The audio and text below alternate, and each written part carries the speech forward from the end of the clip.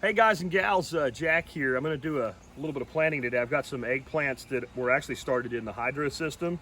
And as you can see, their roots are not like huge roots. What I did with these, a little bit differently, these are just started in a conventional 6-pack. These pellets sit right in there. Those are the rapid rooters.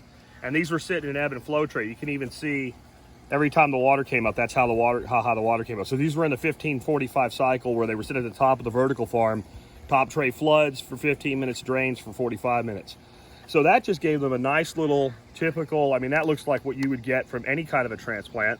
Nice and healthy, no transplant shock, no circling roots, nothing to prune out or anything. But look, got a baby eggplant. Now, if this plant was a lot younger, I might even try to pull that out of there and actually save it. But I'm gonna have more eggplant than I know what to do with. So baby gets just chopped off. And we're ready to go. Now we're gonna make a hole. We're gonna use some Dr. Earth in our planting. I've been asked a lot about this, so I had Dorothy come out to film this. This is Dr. Earth in the bucket. What I'm gonna do here is pick a spot that I wanna plant this plant and pull back my straw mulch. And this is well composted straw mulch. This came out of the duck. Look at the worms in there. See a worm?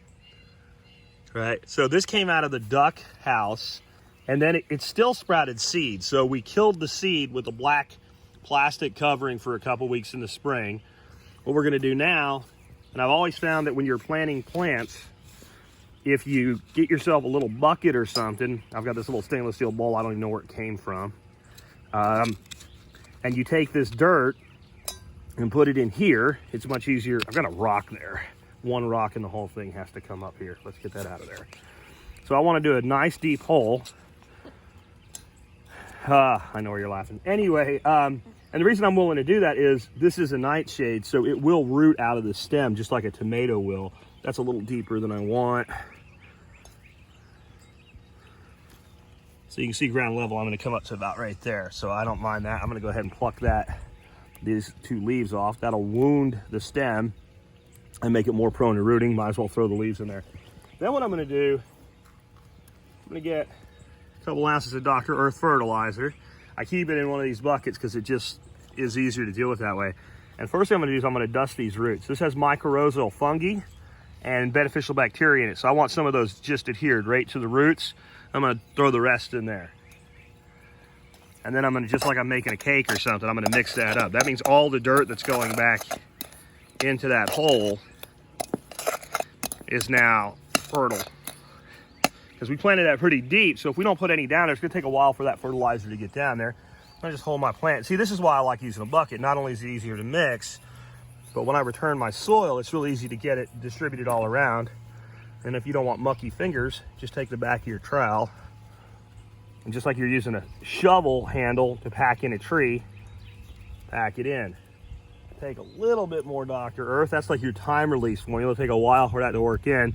Plus it'll encourage soil activity around the base of the plant. Take your mulch, put it back. You can see I planted some peppers last night. If you want to gild the lily and you have a pond, just go a little further. Grab yourself a handful of aquatic plants and then just mulch around, and that's going to encourage worms. Every time I put this stuff down, see if we can find one I don't mind pulling up. Okay, here's a patty of it from a couple days ago. Right here. This is where I just threw some here. Watch this. Just worm, well, not today, I guess. I just saw one. Yeah, look, worms just. Ooh, he's a biggie. Yeah, they like, there's a ton of them right there. They were over there eating that part of it. They love this stuff. I don't know if it's the nutrients in it or what, but it brings a lot of them to the surface. It's not just the moisture, because even if I water, they're always under there in large numbers. I guess they already hammered that one. That's why there's not that many, but you come back there tomorrow and pull this up, there'll just be worms everywhere. So they're bringing all of the soil activity, all the biology with them. And that eggplant now is just gonna take off. So anyway, that's it. I've been talking about Dr. Earth for a long time. It's my favorite fertilizer. If you only gave me one thing out of my fertility regime, that's what I would use. Garrett used to be a close second. If you use those two, you'll do great. If you use my whole fertility program, you can find a link in the video notes. You'll do really, really great. Take a look, pan around. Look at those tomatoes. Look at the dark green on them. This is a brand new bed. It hasn't really matured yet, but we're still having a great year already. And with that, we'll catch you later.